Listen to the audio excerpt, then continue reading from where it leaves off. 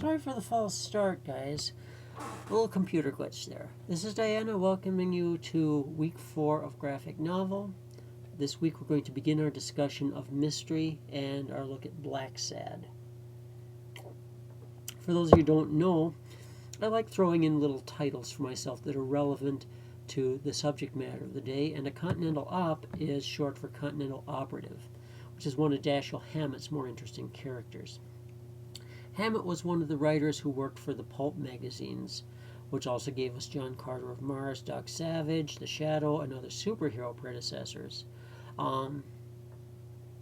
Hammett's work was incredibly detailed in very rich language. He was married to writer Lillian Hellman and developed a reputation posthumously as being a literary giant. Now, in terms of mystery, there are 3 basic types of mystery stories, and there are several other types of mystery stories that go beyond the basics, which we'll talk more about next week. The 3 basic are the British mystery, which deals with the puzzle in and of itself, the American mystery, also known as detective fiction or noir, and the spy story, which is largely about using the world as a chessboard, the world as a puzzle, and dealing with your equal and opposite as a player on the other side. Excuse me, having a little trouble with my eye here. For our immediate purposes, we're going to regard Blacksad as an American mystery, a noir. We'll give more discussion to the other 2 and to their offshoots next week. For now, let's take a look at specific characteristics of noir and how they apply to our text. This would be a great time to scuttle off and read the book if you've not yet done so. We'll still be here when you get back. Go on, read the book. It's a great book. You'll love it. Dum-dee-dum-dee-dum. Okay. So you're back. You've read the book. That's good. Let's talk it over. There are several key factors to consider in this book. How it fits the terms of noir, how it departs from those terms, how it fits the conventions of other genres, and how it functions as a work of history. What are the terms of noir that it fits? The detective American noir mystery is defined by specific characteristics. As always, these are not absolutes, but factors that often apply. Genre conventions, if you will, much like the Pirate's Code being a set of guidelines more than a set of rules. The first of these deals with the nature of the hero, since noir, in most cases, does not have heroes. There are villains, there are victims, there are survivors. The survivor is the person who comes closest to being a hero most of the time. The survivor is also the one who has a moral code. As Sam Spade observed in The Maltese Falcon, when your partner is killed, you're supposed to do something about it. It doesn't matter what you thought of him, he was your partner. And again, Sam Spade was a character written by Dashiell Hammett. Other great writers in the noir genre include Raymond Chandler and Cornell Woolrich.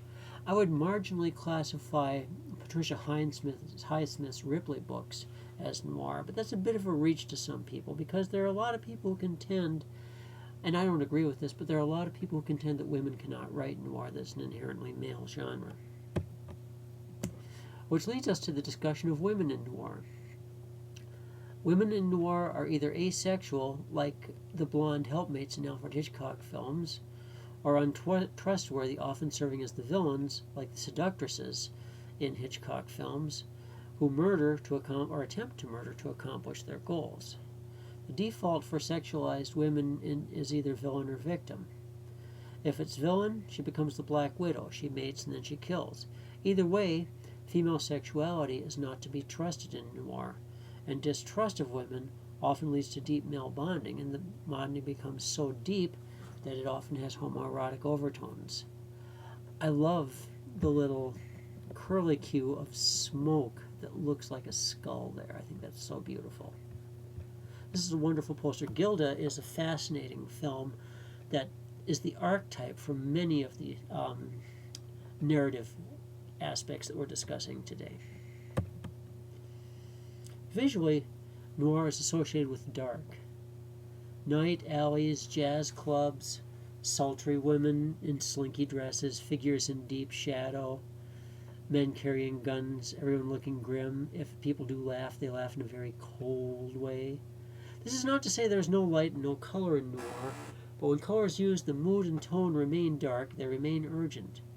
As you can imagine, this makes noir a great material source for comics. Comics and graphic novels lend themselves to noir, much as the superhero does. Some of the earliest examples include some of the spirit stories. Not all of them. Remember that many of the spirit stories are actually morality plays, very much in the Frank Capra and Horatio Alger mode.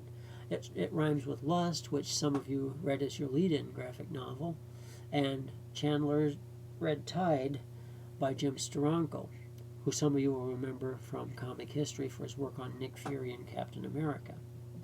There are many contemporary examples. Some of the better known are Sin City, 100 Bullets, and Scalped.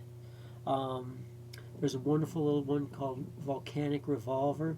MCAD graduate Tim Lane has done a book called Abandoned Cars, which touches on noir motifs a great deal. But more than anything, and above all, noir is a will, a desire to fight against a perceived wrong, even if the morality of the hero opposing that wrong is ambiguous.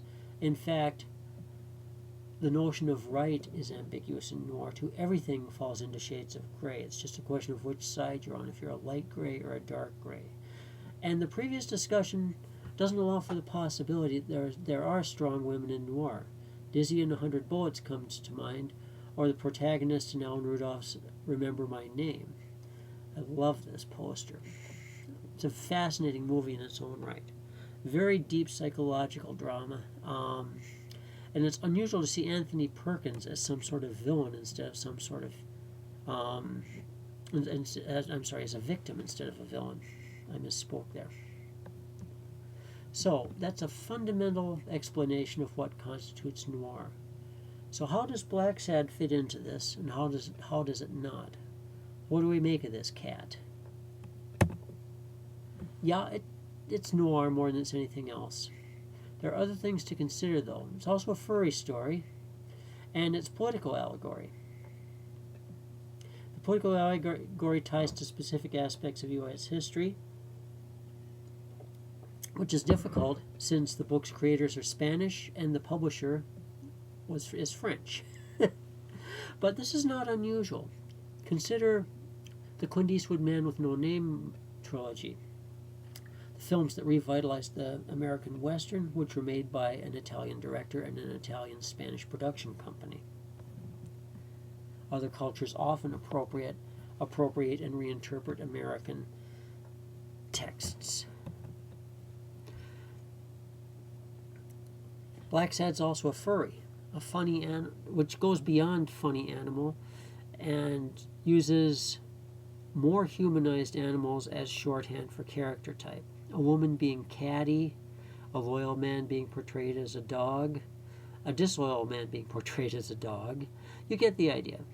The furry story has its roots in classic cartoons, Looney Tunes, Disney stuff, funny animal stories like Don Rosa's Uncle Scrooge narrative, and more mature Omaha and Hepcat stories, both of which incorporate sexuality for the first time in an overt way into funny animal comic narratives.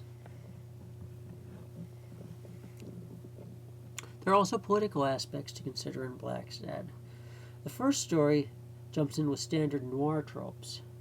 The doomed love affair with the client, the borderline relationship with the cops, where the hero is teetering on the edge between law and a criminal activity, and the slithering menace with the weapon, who's modeled loosely on the effeminate Peter Lorre in Maltese Falcon. If you haven't seen Maltese Falcon, do yourself a favor and see Maltese Falcon.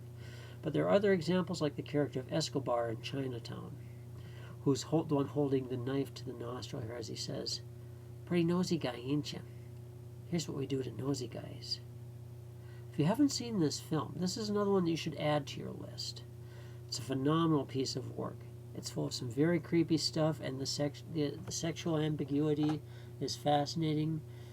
And Nicholson's character, Jake walks through it in...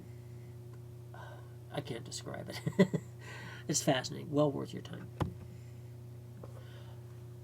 There are also political aspects to the second story. The second story deals primarily with race, set in the late 40s, early 50s, based on mention of the atom bomb, drive-in movies, and giant insect bee pictures. The Klansmen's trial of their own leader is reminiscent of Fritz Lang's M. If you haven't seen M is one of the book. There's a graphic novel of it, and it's one of the books that's an option for you in your choices for the following weeks. The implied incest subplot again echoes Chinatown. That's not giving too much away, I don't think, because that plot is fairly well known. The still is Faye Dunaway from Chinatown. The final story continues these noir tropes and adds Red Scare, evident even in the story's title. Now, this harks back to things like the Steranko Red Tide story. This story is firmly a 1950s tale evoking McCarthyism and peace protests over the bomb. The story alludes to other 50s conventions, including Jackson Pollock, modern art, and beat poetry. It's deeply steeped in 50s tradition. The noir references here are even grittier, even more on point. The film of Mickey Spillane's Kiss Me Deadly revolves around a hunt for an object that turns out to be an atom bomb, slightly different from the plot of the book. And Sam Fuller's Pickup on South Street revolves around a two-bit hood willing to sell pickpocketed government secrets to the communists. This is the turn that noir tended to take in the 1950s, and Blacksad could be perceived as an homage to this era very much, and to this era's literary and filmic works. So, in order to judge this, we also have to consider the paradox inherent in the art. The art is tightly controlled in vivid color, and despite this narrative framework is dominated by dark images. So that poses an interesting contradiction. Another contradiction is that there is a loving detail to the rendering, which is belied by the fact that the characters are humanized animals or animalized humans, depending on how you look at it. So there's a hyper-reality and unreality going on at the same time. This allows for the prospect of, I was going to say severe interpretation, but that doesn't sound quite right. I like the sound of it, but it doesn't really mean anything. This allows for the prospect of multiple readings of the story. There we go. There's a lot to discuss here. All I want to do here is provide a basic framework. The specifics for the forum are up already, and there are a couple of supplemental articles linked in announcements. One of these really doesn't care for the work, and it should make for a very good discussion. I hope to see you on the forum. Thank you, and I hope Blacksad is to your taste.